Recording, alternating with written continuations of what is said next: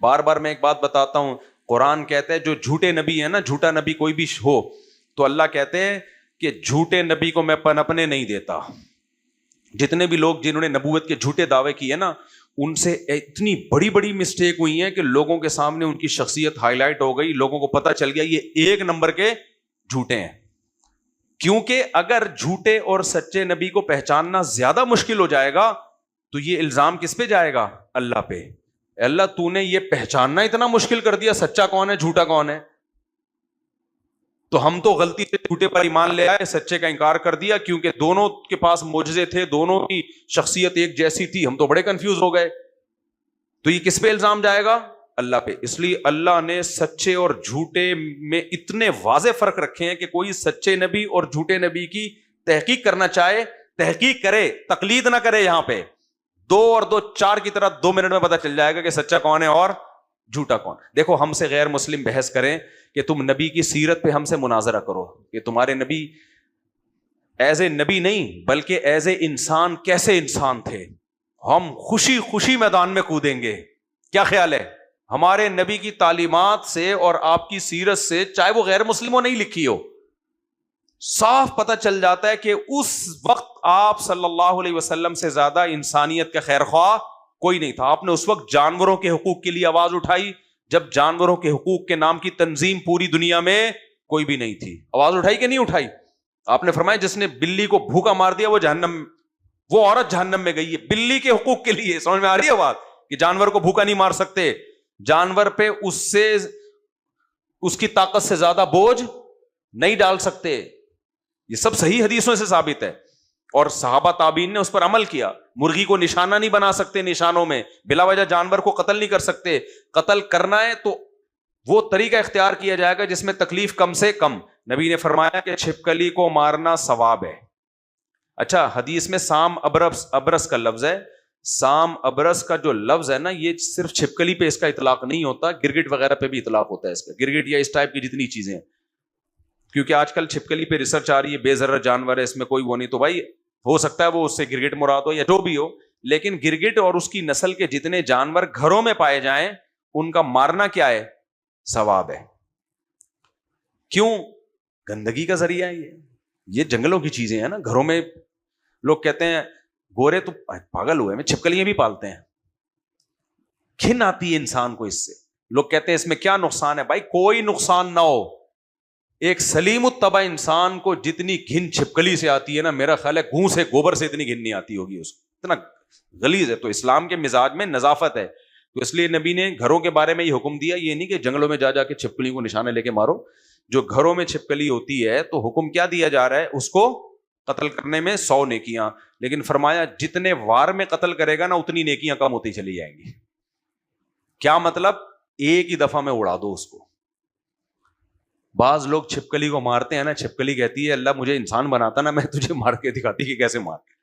نشانہ نہیں لگا، پہلے دم ٹوٹی، تھوڑی دیر دم کا ناچ دیکھنے میں لگے ہوئے، وہ بیچاری گھستی بھی جا رہی ہے ادھر. اب تو مجھے بولتے ہوئے گھن آ رہی ہے چھپکلی کی جو حالت ہوتی ہے نا. تو خیر اب میں زیادہ ڈیٹیل میں نہیں جاتا. چھپکلی کو ایسے مارو کہ ایک ہی دفعہ میں ختم، ایک ہی دفعہ میں، تڑپے نہیں، تڑپاؤ نہیں اس کو. تو جانور جب ہم ذبح کرتے ہیں، نبی نے حکم دیا کہ چھری کو تیز کرو تاکہ اس کو تکلیف نہ ہو. تو اس پہ تو پوری ایک بیان ہو سکتا ہے جانوروں کے حقوق پر جو اسلام نے بتایا. عورتیں طاقتور ہوتی ہیں کمزور ہوتی ہیں؟ کمزور. 1400 سال پہلے ایسے خواتین کے حقوق بیان کیے، اور صرف بیان نہیں کیے ہیں. آج کل آپ نے دیکھا ہوگا 2 گھنٹے جہیز کے خلاف تقریریں، خود اپنے بیٹے کے لیے 2.5 کروڑ کا جہیز لے رہے ہوتے ہیں. کیا خیال ہے بھائی؟ یتیموں کی کفالت پہ لمبے لمبے بیانات، مسجد کو چندہ دینا چاہیے، لمبے لمبے بیانات. اپنی جیب سے ایک دھیلا نہیں نکل رہا ہوتا. غریبوں کے لیے رو رہا ہوگا، ایسے لگ رہا ہوگا اس سے زیادہ غریبوں کا ہم نوا دنیا میں کوئی ہے ہی نہیں. عمل دیکھو زیرو. ہمارے نبی کا عمل دیکھو. آپ نے خواتین کے لیے آواز اٹھائی، اس سوسائٹی میں آواز اٹھائی ہے جب بیٹی کو زندہ دفن کیا جا رہا ہوتا تھا اس سوسائٹی میں، اور ایسی آواز اٹھائی اور ایسا اثر کر کے دکھایا کہ اپنی بیٹی حضرت فاطمہ آتی ہیں تو کھڑے ہو جاتے ہیں استقبال میں. بیوی کے حقوق کے لیے آواز اٹھائی تو اب میں بھی یہاں بڑے حقوق شکوک بات تو میرے گھر والے کہتے ہیں ادھر تو بڑے بنے ہوئے ہوتے ہیں بڑی بیویوں کے حقوق شکوک. بھائی میرے اوپر الزام لگایا جا سکتا ہے لیکن پیغمبر پہ الزام نہیں لگایا جا سکتا. آپ نے جو بیوی کے حقوق بیان کیے ایسا عمل کر کے دکھایا ہے, ایسا عمل کر کے دکھایا ہے کہ آپ کی بیویاں ہی بتا رہی ہیں کہ آپ کا ہمارے ساتھ سلوک کیسا ہے. صحیح ہے نا, وہ خود بتا رہی ہیں کہ اتنے مسکراتے چہرے کے ساتھ آتے اور ایسا سلوک ہمارے ساتھ. یتیموں کی خود کفالت کی. آج ہم بیوہ کے حقوق پر بات کرتے ہیں, نبی نے بیوہ سے شادی کر کے ان کے بچوں کو بھی پالا.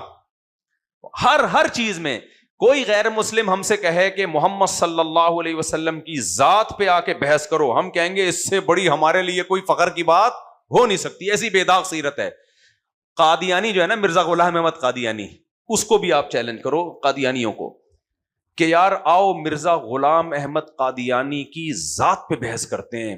میں آپ کو قسم اٹھا کے کہہ سکتا ہوں قادیانی زہر کا پیالہ 1 دفعہ پیے گا, 2 دفعہ پیے گا, 3 دفعہ پی لے گا, 100 دفعہ پی لے گا, مر کے دوبارہ زندہ ہو کے دوبارہ مر جائے گا. لیکن اس ٹاپک پہ آپ سے بات, یہ ہمارے تجربے ہیں, ہم نے علماء سے یہ بات سنی تھی اس طرح, ہم نے ان کے بڑوں سے تجربہ کر کے دیکھا, وہ کبھی اس ٹاپک پہ بات بولو نہیں کرتے.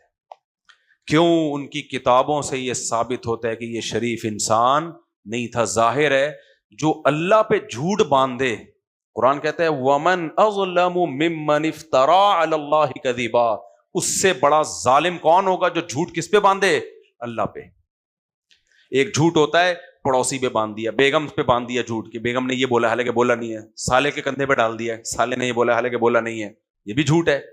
ایک ہے اللہ نے یہ کہا ہے, یہ تو کانپتا ہے نا انسان, یار اللہ کس کے بارے میں کیسے کہوں, اور اللہ نے مجھے اپنا نائب بنایا ہے, حالانکہ اللہ نے نہیں بنایا.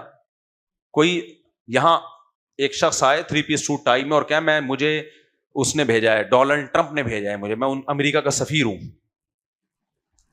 اور گیٹ اپ بھی ویسا بنا لے لوگوں کو دھوکا ہونے لگے, امریکہ چھوڑے گا اس کو؟ امریکہ تو بوٹیاں نوچ لے گا بے تو نے, اور جا کے مذاکرات بھی کر کے آ گیا, جنگ بندی کروا کے آ گیا, بعد میں پتا چلے تو ہے ہی نہیں. امریکہ بولے گا ایک تو نے چال ایسی چلی لوگوں کو یہ لگنے لگا کہ تو سفیر ہے اور اتنا بڑا کام کر کے آ گیا, وہ نہیں, پھانسی پہ لٹکا دیں گے اس کو وہ. اس لیے قرآن کہتا ہے میں جھوٹے پیغمبر کو پنپنے بولو نہیں دیتا. العلماء ورثۃ الانبیاء, حدیث میں آتے ہیں علماء انبیاء کے وارث ہیں, کیونکہ نبی کریم صلی اللہ علیہ وسلم آخری نبی ہیں, آپ کے بعد کوئی نبی نہیں ہے, تو نبیوں والا کام کس کے ذمے ہے؟ پہلے نمبر پہ, ویسے تو پوری امت کے ذمے ہے, لیکن اولین مصداق کون ہے؟ علماء, جن کو ہم مذہبی اسکالر کہہ رہے ہیں اب آسان زبان میں.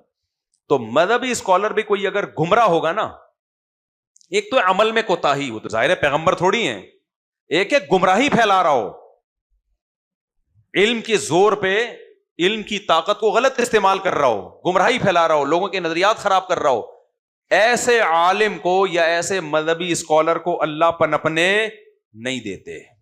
سمجھ میں آ رہی ہے بات؟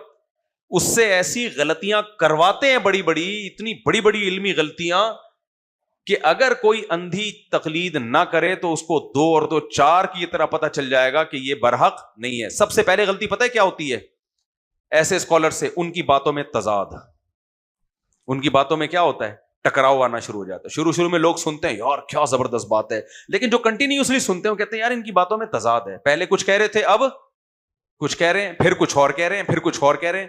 انہوں نے دعویٰ کیا حدیث حجت نہیں ہے, لیکن خود حدیثیں کو دلیل کے طور پہ پیش کر رہے ہوتے ہیں جب ان کے اپنے فیور میں جاری ہوتی ہیں. سمجھ میں آ رہی ہے بات؟ جب ان کے فیور میں ہوگی تو دلیل ہے, جب ان کے فیور میں ہوگی نہیں ہوگی تو میں قرآن کو مانتا ہوں, میں حدیث کو نہیں مانتا.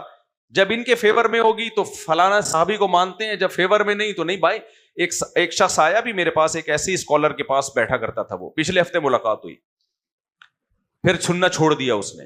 میں نے کہا کیا ہوا, آپ کو کس نے سمجھایا؟ کہہ رہا ہے مجھے کسی نے نہیں سمجھایا, میں خود سمجھ گیا. کہہ رہا ہے میں فلاں صاحب کی مجلس میں بیٹھا کرتا تھا تو 1-1.5 سال تک کہتا ہے میں بیٹھا ہوں, بالکل گمراہ ہو گیا تھا, میں علماء سے بالکل بدگمان. لیکن کہہ رہے ہیں پھر مجھے 1-1.5 سال کے بعد اندازہ ہونے لگا کہ اس شخص کی اپنی باتوں میں صرف تھوڑا ٹکراؤ نہیں ہے, بے تحاشا ٹکراؤ ہے. تو یہ خوب سمجھ لو, جو بھی مذہب اگر آپ کو نہ لگے نا کہ ٹکراؤ ہے, تو آپ نے سنا نہیں ہے صحیح طریقے سے. سنا نہیں ہے صحیح طریقے سے. ورنہ یہ جتنے لوگ ہیں ان کی اللہ نہیں پنپنے دیتا کسی کو. تو اس لیے خوب سمجھ لو, ہمیشہ اللہ کی بات انہی لوگوں سے سنا کرو جو صحیح علماء ہیں, جن کا تواتر کے ساتھ سلسلہ اساتذہ مشائخ کا ہوتے ہوتے نبی صلی اللہ علیہ وسلم تک پہنچتا ہے. پورا سلسلہ جو پبلک سے ہٹ, تمام علماء سے ہٹ کے کوئی نئی بات نہیں لا رہے ہوتے, یہ نہیں کہہ رہے ہوتے میری ریسرچ. بھائی میری ریسرچ کیا ہے, یہ مذہب تو 1400 سال سے چل رہا ہے, یہ ریسرچ کا کام تو ہو چکا ہے, وہی ریسرچ پیش کرو آپ اپنی مارکیٹ میں لانے کی کوشش. یہ کوئی میڈیکل سائنس تھوڑی ہے کہ نئے نئے تجربوں سے نئی نئی ریسرچ سامنے آئے گی. مذہب تو پرانا ہے, جو 1400 سال پرانی ریسرچ ہے, 600 سال پہلے بھی وہی چلے گی, 200 سال پہلے بھی وہی چلے گی, آج بھی وہی چلے گی. نئی چیز مارکیٹ میں لانے کی کسی کو قطعاً اجازت نہیں ہے.